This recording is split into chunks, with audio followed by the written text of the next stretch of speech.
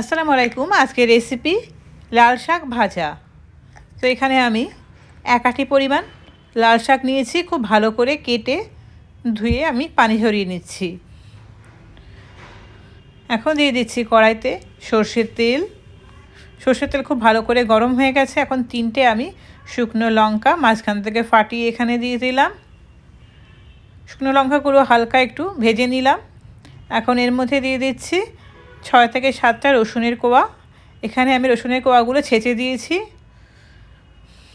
রসুনের থেকে খুব সুন্দর একটা কালার বেরিয়েছে, অর্থাৎ গোল্ডেন ব্রাউন কালার চলে এসেছে। এখন এর মধ্যে আমি কেটে রাখা লাল শাক দিয়ে দিচ্ছি।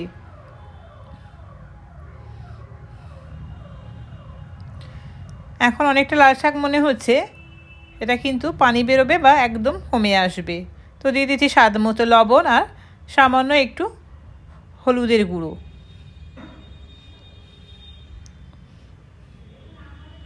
এখন শাকটা একটু নেড়ে চেড়ে নেব।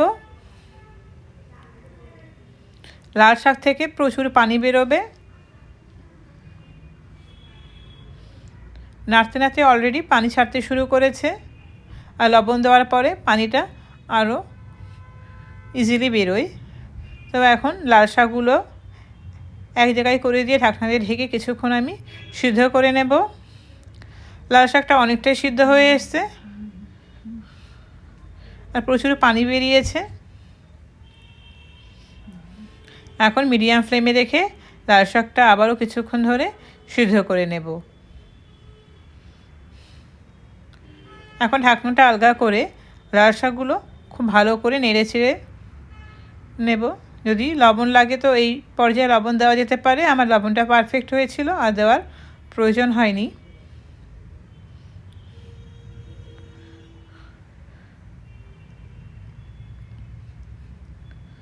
এখন দিয়ে দেব অল্প শাকে পানি থাকা অবস্থায় দিয়ে দিচ্ছি সামান্য একটু চীনাবাদাম, আর দিয়ে দিচ্ছি এখানে পোস্ত দানা।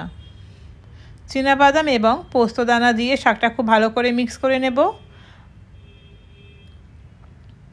2 থেকে 3 মিনিট সময় ধরে। আর লাল শাক খুব বেশি শুকনো বা খুব বেশি ভাজা ভাজা করলে ভালো লাগে না, হালকা একটু জুসি জুসি হলে ভালো লাগে। তো আমি এখন এটা তুলে নিচ্ছি, গ্যাসের ফ্লেম অফ করে দিচ্ছি।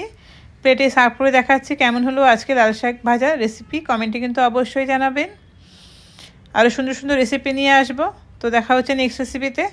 ওকে, বাই।